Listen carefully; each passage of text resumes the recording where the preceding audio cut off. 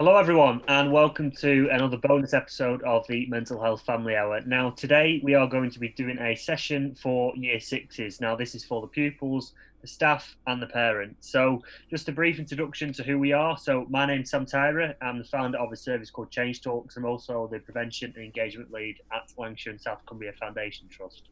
And I'm Dave Cottrell, and my title is nowhere as near as impressive as Sam's. I am a mindset coach, an independent mindset coach I work for myself, and but I obviously do lots of collaborative projects with people like Sam. And I'm here to try and help educate people on mental health and make mental health education free and available to all. And without Dave, none of this would have been possible. So, just to put that out there. I don't know about that, but it always gets me right in the feels when you say things like that. I've never. It's a bit of a different introduction for me. Then I thought I'd do it a bit differently. Well, Actually, it's fine. I mean, it's as I said, we are flying without slides today, so we're on a bonus episode. just sorry, Dave. Go on. So I'm just going to do a bit of housekeeping briefly. So if you're watching on YouTube, we have disabled the comments on there. So if you do have any questions, you can contact myself or Dave, either myself by email or Dave on social media channels at Mindset by Dave. And my email is sam.tyrer@lancashire.nhs.uk. Now, please, if you're watching live, please do not comment. Please do not comment. Please do not swear. Please do comment if you are. If you have any trouble or you want to reach out to any services, the best advice we can give you is to go on the Hub of Hope. So you type in the Hub of Hope on your internet and you basically go onto this platform, you type in your postcode, and it'll give you all the services available to you in your local area. So that was kind of just a brief intro. Yeah, that's cool. So we're here to talk about Year Six's returning, and this was this and the one that we're going to do next week, which is about Year 10's returning. The two kind of they weren't in the original plan, but as time has kind of unfolded during the kind of pandemic, we've identified that these are the two kind of it's been identified, and we've seen that these are the two big areas that it's important to give a little bit of extra support to. And the reason for this being, with Year Sixes, obviously they're about to go into high school, whereas with Year 10s, they're getting prepared for their GCSEs next year. And mental health plays a huge role in all of these times. And in fact, one of the things right now why this current situation would make things different is that those times within the school environment are critical to kind of prepare the child for the year ahead of them. And like, though it might seem now like, okay, with the Year Sixes miss their SATs and things like that, but it might seem like, well, they're just going to high school. What they don't, all they did for the last sort of 6 weeks is DOS around or whatever. That is a massive common misconception. And for those last few weeks, teachers are working tirelessly to kind of help your child be prepared to transition into high school. And there are a lot of things to consider during that time. The first one I want to kind of point out is the potential of the anxiety around that.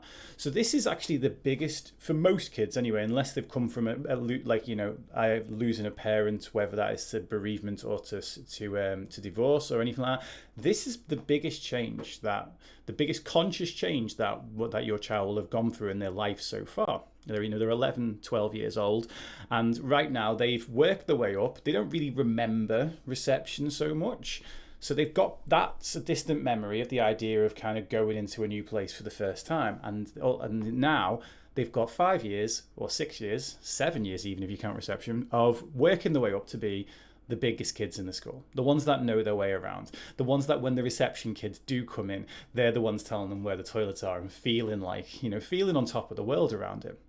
They've also spent a lot of that time developing their friend group, and now both of those things are coming under threat. Especially, and threat might seem like a really kind of like over the top word for this, but to an 11 or 12-year-old, no, not really. They're seeing the world that they know look like, at least, that it's going to change dramatically, and it is. They're going to go into a school where they don't know their way around, where they're the smallest kids in the school, where they don't necessarily know anybody. They don't know what the teachers are like. They may have even heard, remember what we were all like as kids. We share all the stories of like, oh, you can't watch out for Mr. North in year 8. He's an absolute dragon and all that type of thing. All those stories go around.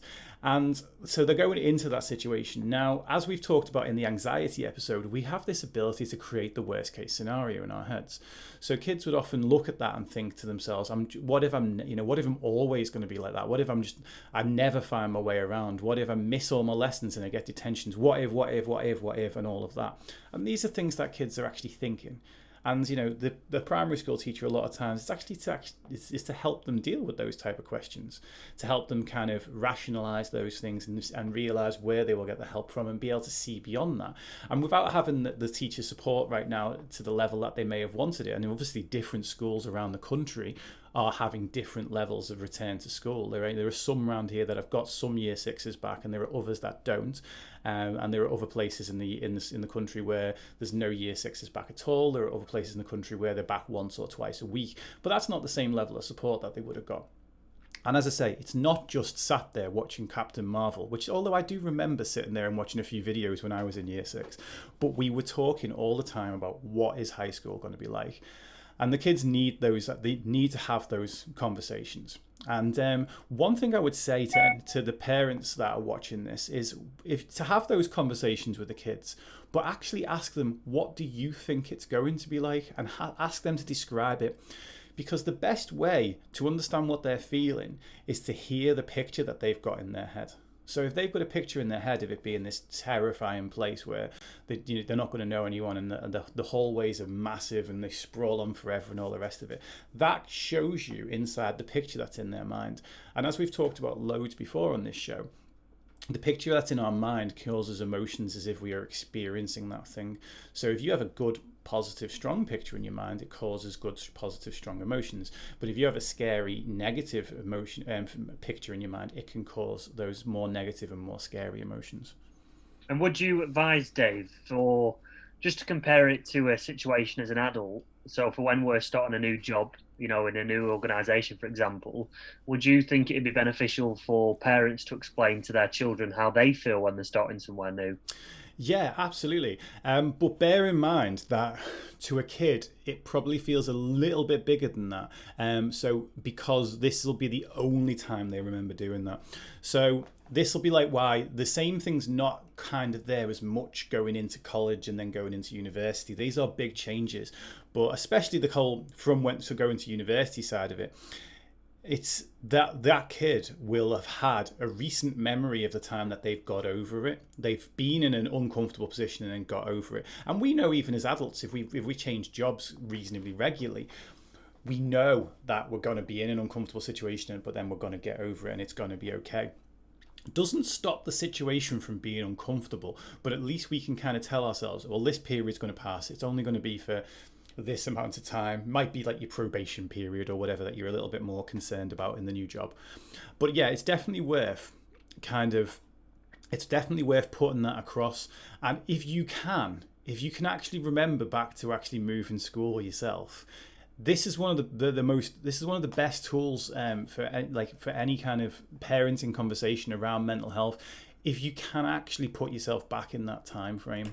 Some people can't, some people can. It varies from person to person. But like my eldest was saying to me the other day, I'm trying to think of what expression it was. There was one of those cliched parent expressions that I was trying to explain to him that he's going to say to his own kids, and that he doesn't like the fact that I say it to him and I got it from my mum and all the rest of that. It wasn't the whole school's the best day in your life, because I've stopped saying that one now. But there was another cliched expression, and I'm like, no, trust me, you're going to say that at the same time. And he's like, why? I was like, because you're going to look at the life through a different perspective than you look at it right now. And it's like, it's remembering that the 15-year-old perspective or the 11-year-old perspective, what that's like. If you can kind of imagine kind of going into that sort of new environment, and what it would feel like, and explain that to the kid. And yeah, that's definitely a good piece of advice, Sam. And if the young person is feeling extremely apprehensive and anxious about going to school, what would you advise to them? How do you sort of put it across to them that they can talk about it to somebody? Yeah, I mean, first of all, obviously you can. We're making this whole episode to show that you can talk about these things. And the same as what Sam's just said. Then parents, teachers, we all have anxieties ourselves. We all have things that we are worried about, and we all need to talk about these things a little bit more. And basically, if you are feeling like that, you can be this common misconception, and this carries on through life as well. As you look around at all your friends, and because they're not saying anything about these things, you think, oh well, they're just fine. They might actually be kind of putting on a bit of a front, being like, yeah, I'm fine about going to high school, I'm not worried about it. And you might look at all that and go, well, everyone else is fine and I'm just like crumbling inside. It's like, do you say to them that you're crumbling inside, or do you also say, I'm fine? And this is the thing, if you're feeling that, chances are, if you're feeling something, chances are there are several other people feeling the same thing in your class. Maybe even a lot of other people in your class. This is what we're seeing with mental health. The more and more that people open up about it, is the fact that however you are feeling, there are other people that have felt the same way, and that what you are feeling is actually. Normal's a really, really bizarre word, right? It's because normal, it's what actually even is normal. To be anxious about a new situation, to be concerned of how it might go, that is normal, because we are designed to protect ourselves. We're designed to keep ourselves safe. So it is normal to feel anxious about that. Where we have a problem is if you sit there and and dwell on that anxiety, and instead of trying to work through it, or instead of trying to there's two ways obviously of dealing with it: work through it and distract yourself. Distract yourself is a short-term solution, work through it's a more long-term solution. Sometimes you need to do a bit of both.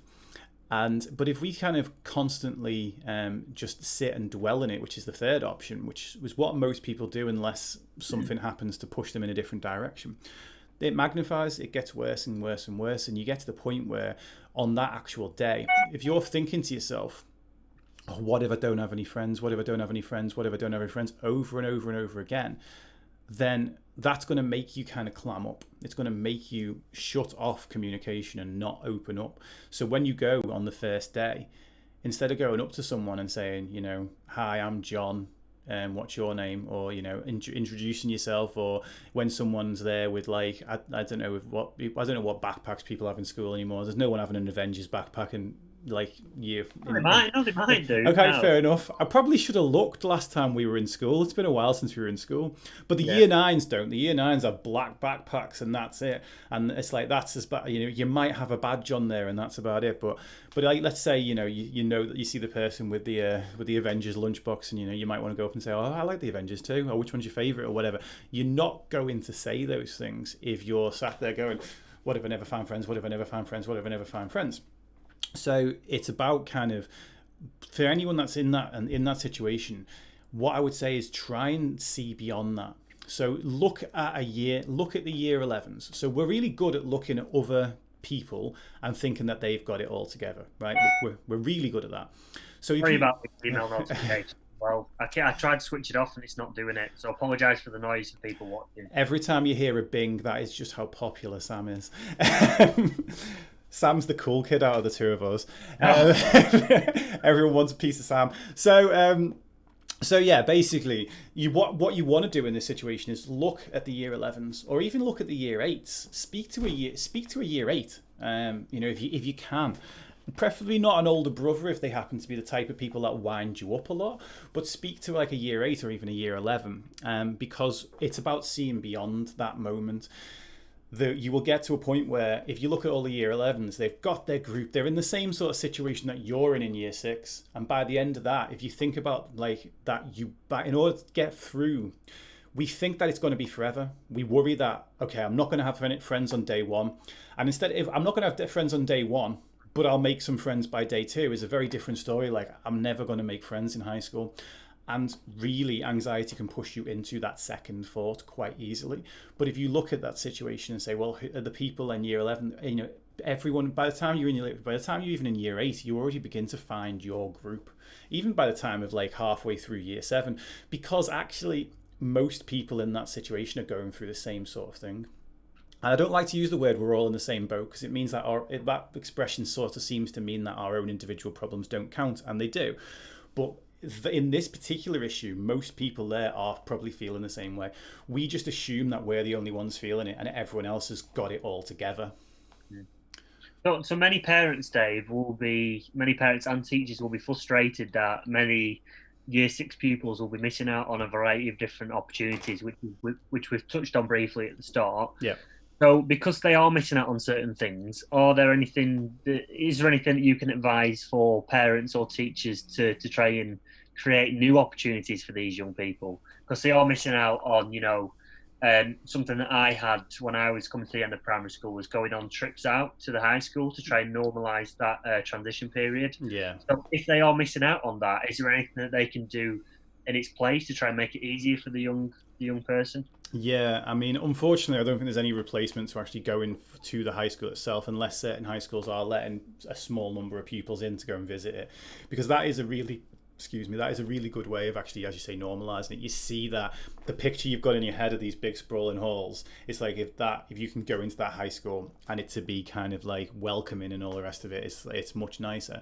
Now, there are certain qualities that we're trying to promote in a child, because the difference in a child going from year 6 into year 7, there's certain qualities at that point that are trying to be promoted. And there's a fantastic blog on this from, I think it was Third Space Education, that I'm going to link to in the description on the YouTube of this, and which is written by a teacher, so is going to be better specifics for teachers than I would be, because obviously I'm looking at it from the principles of mental health point of view.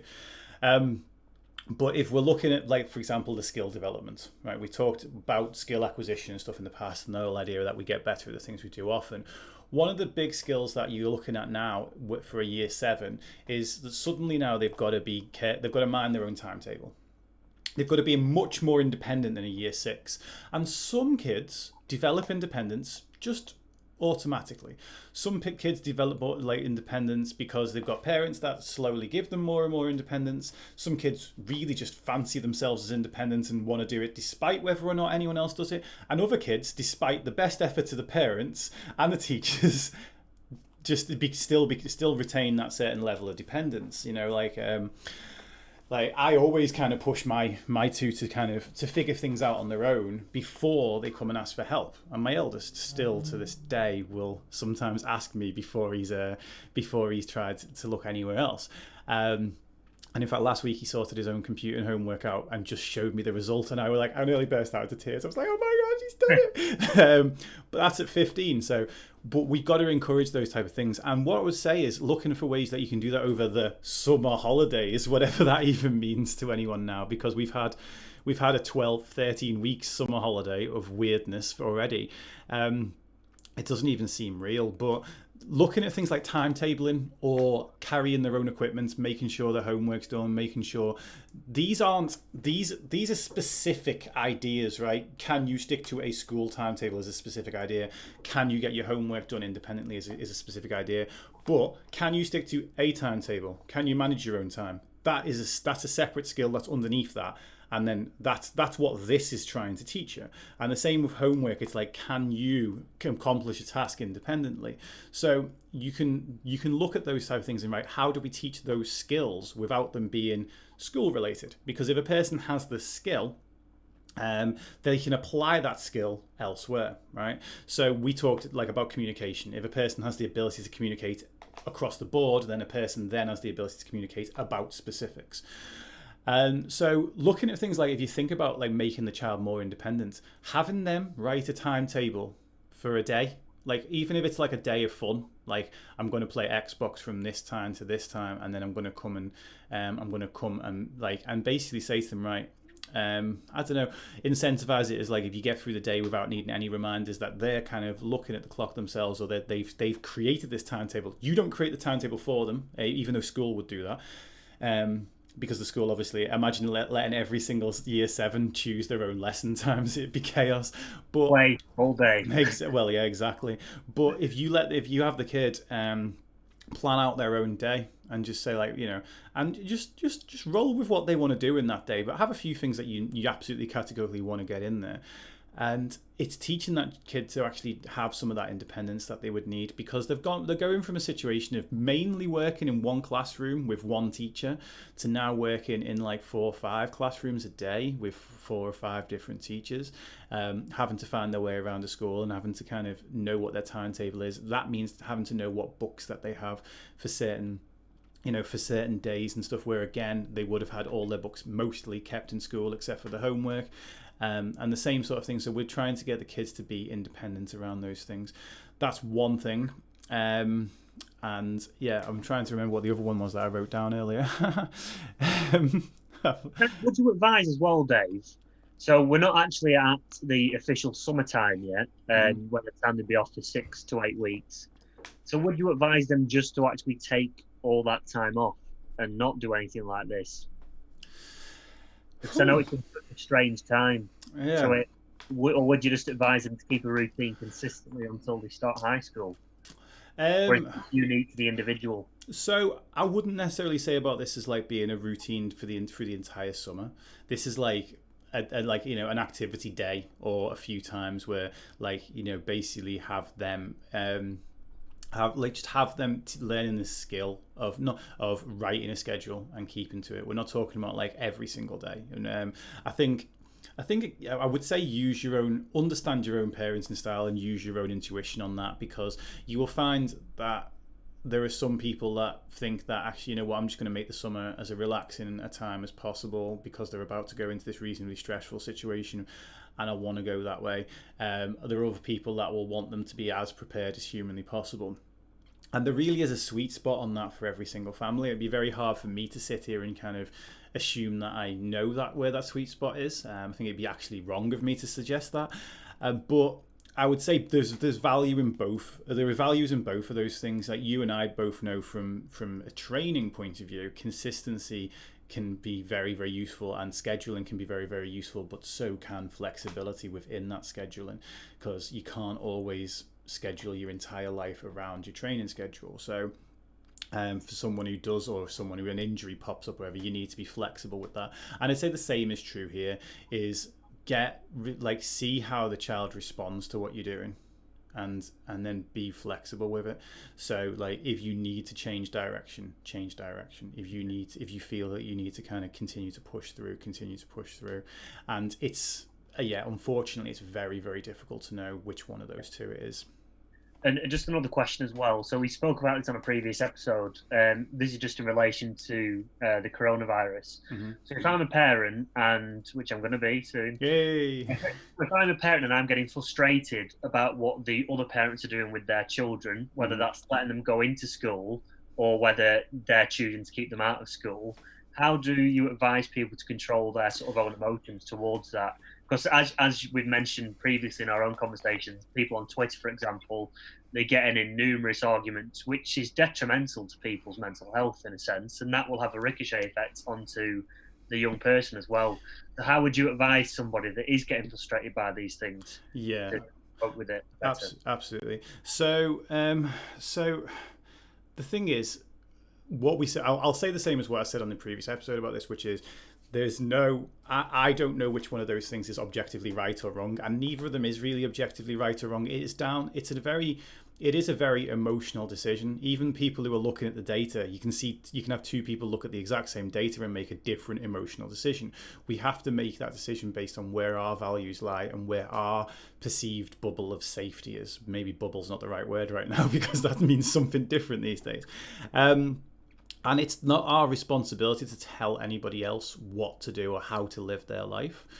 So the best thing I would say is right, it takes two to argue. Right, you can't if a person argues with you, and you don't argue back or you don't get involved in the argument, it goes away. The same as kind of when we talked about bullying that time. Is that even being just kind of saying thank you and walk away. We talk about this so much. Like if a child's being bullied on the phone, put the phone down, block the numbers, unfollow the accounts, do all of that.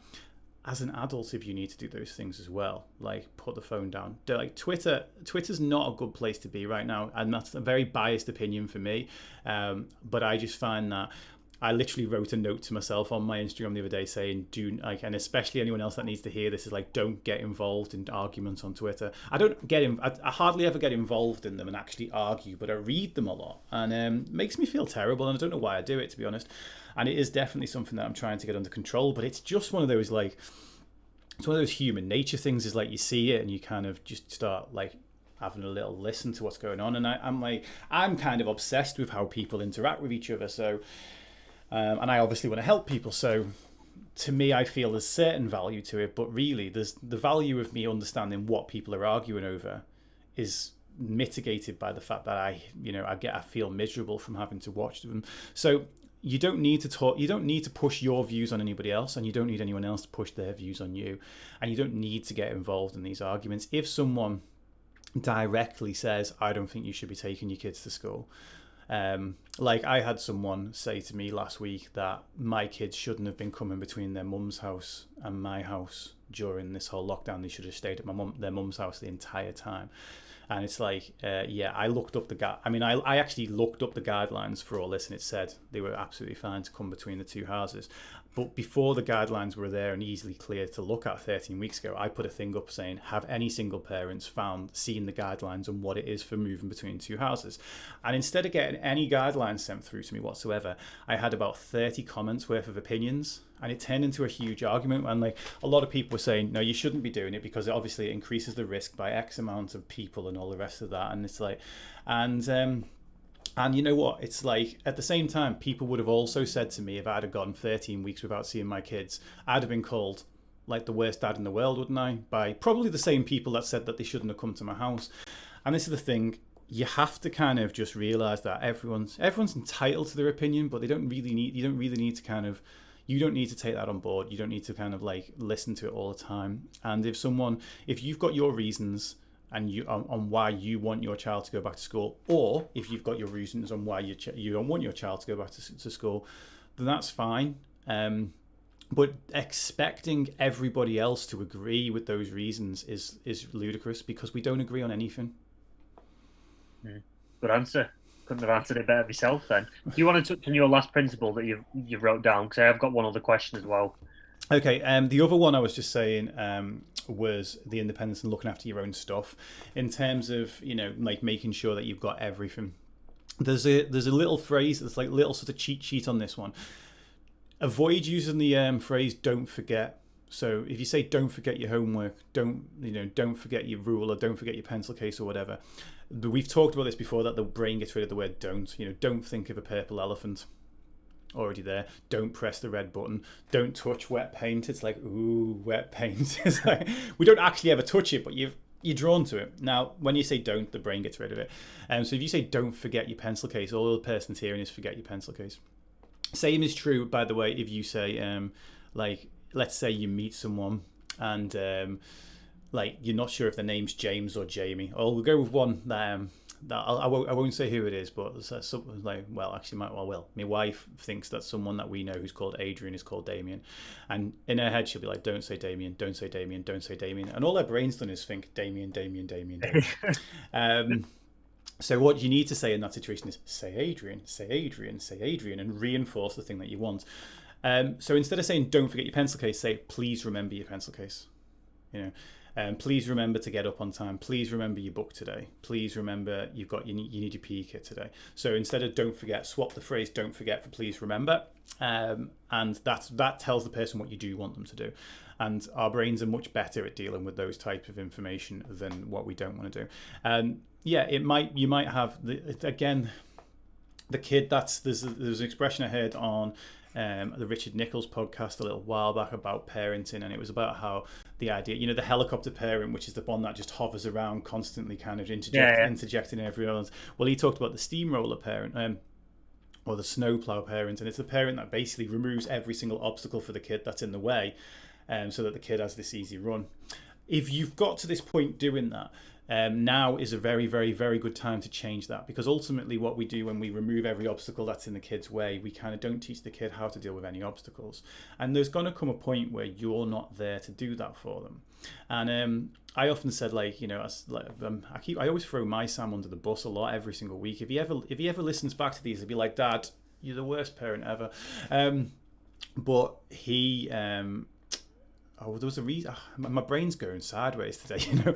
There was a reason I just brought him up. It was something to do with his independence. But he can ask a lot of questions and he likes to argue, right? And he likes to think that he wins arguments. He doesn't win arguments most of the time. He just keeps arguing until the other person goes, "I'm bored of this now." And I've kind of said to him in the past, I'm like, you do realize, I'm like, I don't even know if I'm doing you any favors by just like the more you try and press my buttons, being patient and being patient and being patient, because you're going to actually get out into the world one day, and there's going to be people that aren't as patient with you as I am. In fact, most people aren't going to be as patient with you as I am. And I've taught you this is how a human responds, and it's not always, like say. So it's one of those weird things that if we handle all of our kids' problems, they go on to like later in life thinking someone's always going to handle my problems, and that's so it's actually good to actually say right to introduce those kids to actually dealing with certain problems themselves. You don't want to go from 0 to 100 and just like be like, haha, you're out in the forest with only a sharpened stick to survive. Hunt your own dinner and make your own campsite, and then we'll see you in 3 days. No, not quite that much. But ultimately, you want to do things that promote them to be independent and promote them to remember their own stuff. And I think just so I've got a couple of questions just to touch on. So when the young person does get to high school, obviously they're going to see things and hear things that may be different to what they've heard previously. Yeah. Stepping up to high school, you do become aware of, certain other topics and things. So how would you advise the young person to not get sucked into doing things that they don't want to do or they don't want to talk about? Okay. So this comes into the whole fitting in versus belonging thing that we talked about in the self-esteem episode.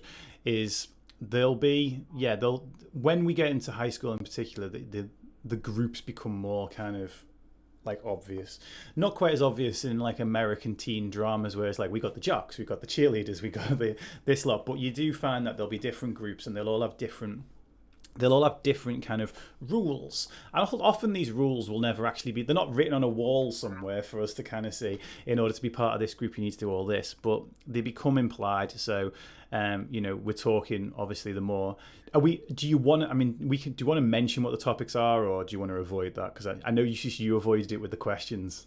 No, it's up to you. Okay, so in particular, we're probably talking about more pressure around things like drugs and things like drugs, alcohol, and sex. Right? Smoking is drugs, alcohol, sex, smoking, vaping, those type of things. Any engaging in any behaviours. The idea of pushing you that's what you should be doing, because that's what everyone's doing and all the rest of it. There'll be tons and tons of that in high school. There'll be tons and tons of people saying that everyone's doing this. There'll be tons and tons of people lying about what they're doing so that they appear cool and so on and so forth. Now, when we do that, when we either lie about it, if we lie about it, we end up with something called imposter syndrome, which is you walk around feeling like you're going to get caught out all the time.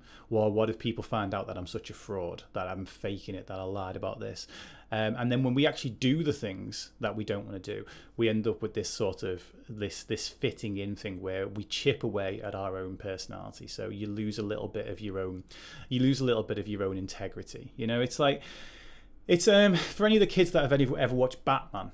Batman's big rule: Batman doesn't kill. Right? It's like his whole thing is like he'll catch the Joker about 1,000,000 times, lock him up in Arkham or Blackgate, and then he'll escape, and then the whole thing will go on over and over again. And Batman is like, right, he has a code, and his code is basically he will not kill, no matter how bad the other supervillain or what, no matter how bad the crime is, because he knows that if he does kill, he oversteps that mark and it changes him, it chips away at who he is, his integral character.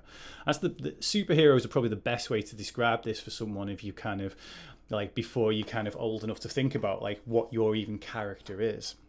But it's like if you think about those type of things, that's what's going to happen here. Is if you give in to other people's ideas that yourself are wrong, then it puts more pressure on you, and it kind of then you end up with that whole fear of being caught out by your parents, fear of being caught out by your teachers, and just doing things that yourself you don't want to do.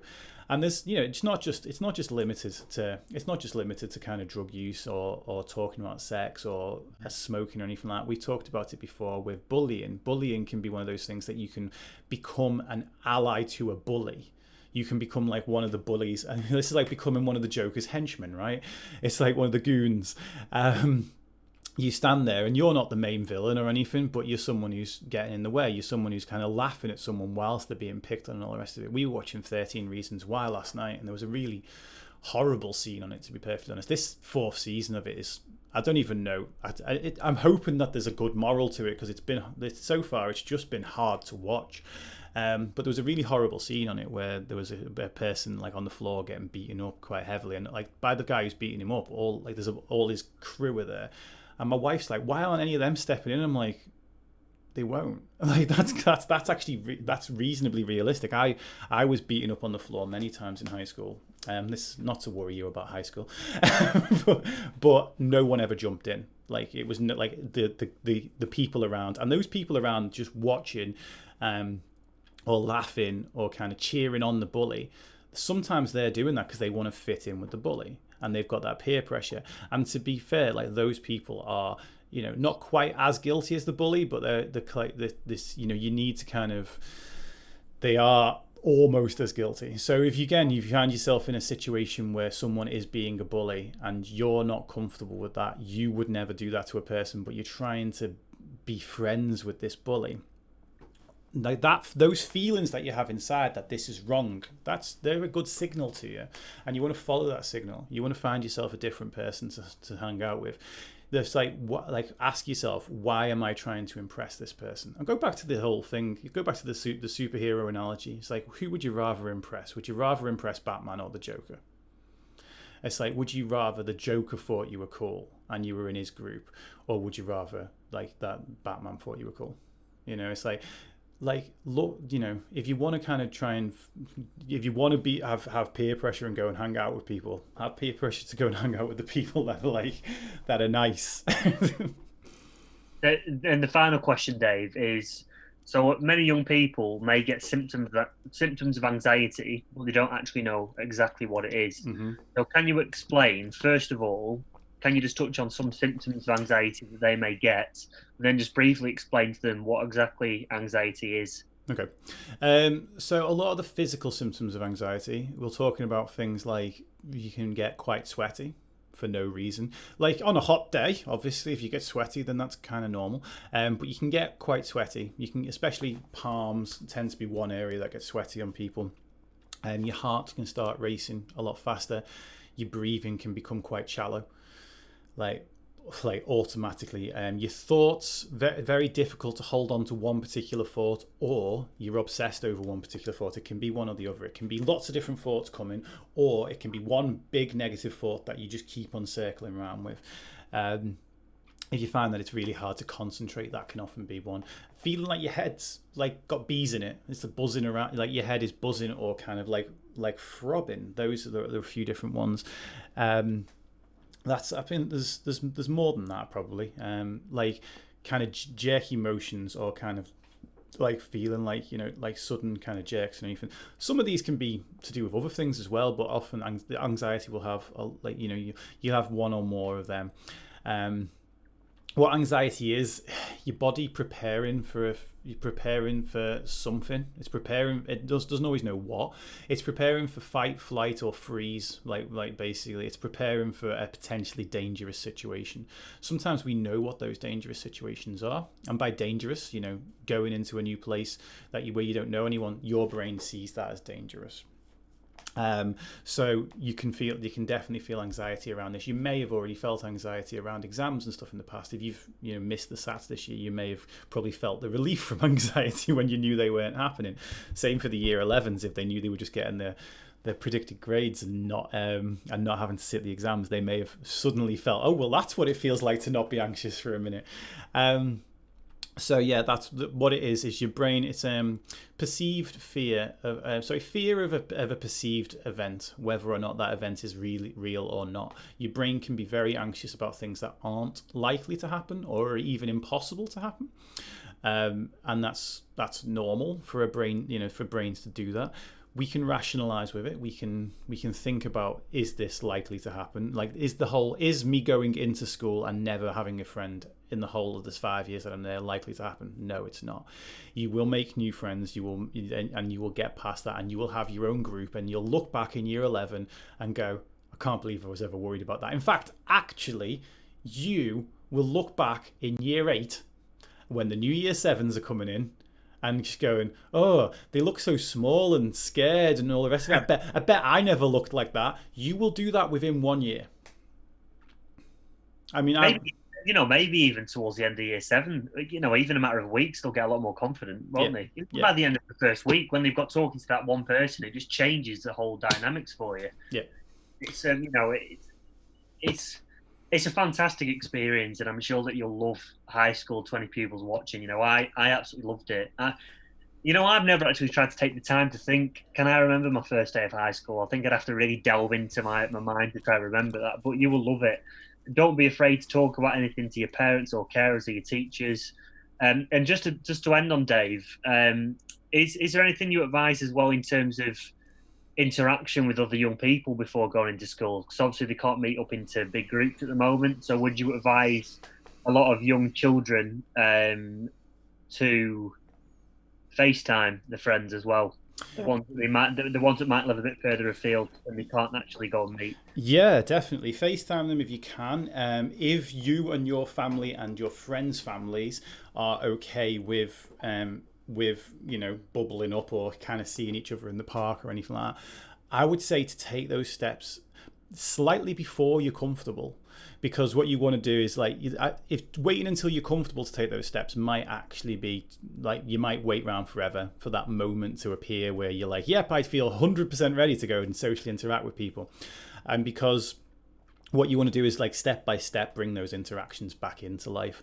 So whether that is talking to someone over Skype, whether that is even if it's, let's say, you've not seen your grandparents in all this time, talking to them over Skype, even if that is getting on a game and talking to your friends over team chat. I imagine you've already all been doing that, so it's but yeah, seeing if you can see friends that are closer, if you can even speak, parents watching, if you know any of the friends that you could arrange I know play date seems a little bit like juvenile as a word for when you've got someone who's nearly a teenager, but if you could arrange that sort of thing where they can see them and they can social distance, or again, as the rules change as we're going forward, just kind of working with those rules and trying to get into a position more and more where you are kind of exposing that comfort zone, basically, because we've actually got no idea what September's going to look like when you start in school. Very unfortunate, we don't know what the rules are going to be then. We don't know if class sizes are going to go back to being full and normal, or whether you'll be going in. My eldest is back in school now, and he's back in on every 4th day. So last week he was in on Monday and Friday, and this week he's in on Thursday. And then basically he's got a Wednesday, a Tuesday, and then a Monday and a Friday, and then we've got the summer holidays. So he's got 5 days left, and we don't know what's going to happen after those summer holidays. But whatever does happen, please know that you will get through it. Humans, we're amazingly flexible when we give ourselves credit, when we give ourselves an opportunity. We're amazingly adaptable. This whole situation may have been uncomfortable for practically everyone, wherever you sit on the argument of whether we should be in, whether we should be out, but I would say the vast majority of people have made adaptations. This doesn't mean that there's not been people that have really, really suffered. I know a lot of self-employed people who've really, really suffered. I know a lot of people whose businesses have disappeared and stuff.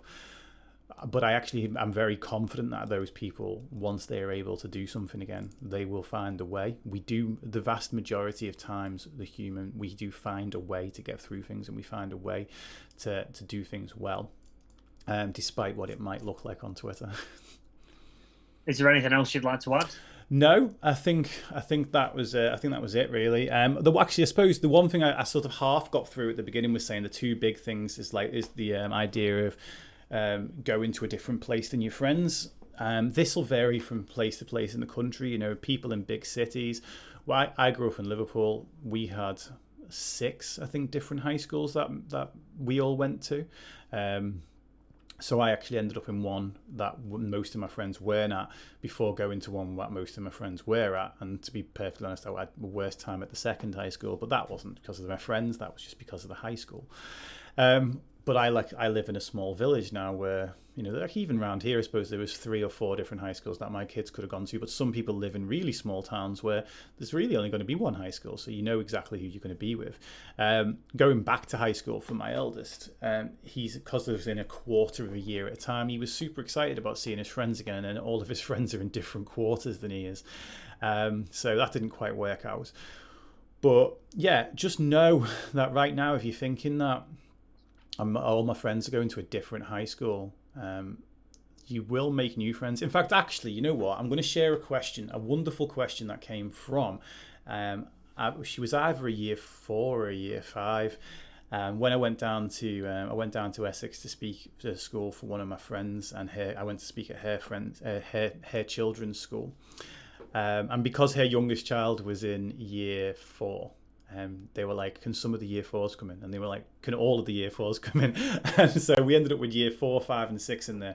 And honestly, why I wanted to make this message today is because one huge benefit to that age and talking about mental health and talking about your feelings and stuff is that they've not got the whole I'm too cool for school thing yet. That's the year 9s and above that tend to get that. But parents, if you've got kids around that age, it's an absolute fantastic time to start talking about these issues, because the kids are really receptive to it. I've found that the younger end of it tends to be. But this question, I was down there speaking for my friend Alex, and this question came from one of the year 5 girls, and she was like, was Alex your first friend? And I'm like, oh my God, that's the most cute question I've ever heard in my entire life. And I met Alex 2 years ago, like via the podcast, and I was like, no, she wasn't my first friend. I said I met her when I was 36. And I said she wasn't my first friend. I had a lot of friends. I had friends before that, and she was like, was she your 3rd or 4th friend? And I'm like, oh. Honestly, I just nearly exploded with the cuteness. And I was like, no. And that gave me this little snapshot into like her idea of the fact that you can get, you're only getting your 3rd or 4th friend by the time you're 36. And it's just so not true. Like, I had probably already like quite about 10 friends or whatever when I was in primary school, and I went off to one high school and I made a few friends there, and I went off to a second high school and I made a few friends there. And in fact, actually, I changed high school again between year 10 and year 11. And that was the best thing ever that happened to me, because, I moved to a high school up Southport way, and I had a Scouse accent and a shaved head, so everyone left me alone. But I made an absolute ton of friends at that point. So I had to do that whole move in high school. I moved in year 7, obviously, and then I moved in the October of year 8 to my second high school, and then I moved again. And you know what? You will make friends. I made friends in all 3 of those high schools. I made friends and then when I went to college, all of my friends went off to the college, because this is why I'm here, kids. Don't screw up your GCSEs. Don't mess around, because of year 11, I was in a school where I had a lot of friends, and I'd gone from not really being one of the popular kids before that. I totally honestly screwed up year 11. I just played GoldenEye on the N64 and I messed about and enjoyed my time. And as a result, all of my friends got into the better college around here, and I was offered to do a foundation year there, or go back and do or go to the other college. And I just thought, I don't want to do a foundation year, I'll go to the other college. And again, new college, different people, made different friends, and it will happen. It 100% will happen. So the idea, but going back to that little girl's question, you think that, okay, you're going to get to like 38 and you're going to have had like maybe 5 or 6 friends by the time you get there. By the time you get to year 8, you're going to have more friends than that. By the time you get to year 11, you're going to know the whole year. You may even know kids in different years. And times have changed as well. Like my son was playing games with someone from his brother's school yesterday. So like they do that, it's like you'll meet kids, or you'll meet other kids from other schools online, and you'll make friends through playing computer games or through dance clubs or through sporting events, and you will make friends. You will definitely 100% make friends. And it's just about finding that group that you feel that you are able to be 100% you with. And you will find them. You will. They are definitely out there. Definitely. 'Cause we even do it now within the workplace. We became friends, didn't we? 2-3 years ago. Mm-hmm. So you're constantly making new friends. So don't be nervous about that. You will get talking to someone, and you will find the right people for you. I think, Dave, from my perspective, I've got no other questions. Cool. Well, that's it. That's the first time we've done it in under an hour. Yes. Yes. Thank you very much for tuning in. So please, if you do watch this, share it with as many primary schools and people with children that age as you can. Yeah. We're going to be back at the same time next week, which is 10 a.m. on twitch.tv/mindset by Dave. And we're going to be talking to year 10s going into year 11. Again, very different sort of set of considerations. I'll try and see if my year 10 going into year 11 will join us for a bit on camera, but he won't. Especially not if he ever finds out that I talk about him every week. Is that Sam then? That's Sam, yeah. Easy. Get him on. Come on, Sam. I know he did the Kids Mental Health Week special for me 2 years ago and talked about mental health in school. It was brilliant, and I thought, that's it. I'm gonna have a mental health advocate out of him, but he's not as comfortable being on camera as I am. Chuck him 20 quid. That's a great way to end the session. Bribe your children. The moral of this story is bribe your children. Thanks for tuning in, everyone. Yeah, thanks for tuning in. And yeah, as Sam said, please do share this with anyone. If you know other people with kids around that age, or and again, there'll be a link in the bottom of this to a teacher that's written a fantastic blog about this as well. Thanks, everyone.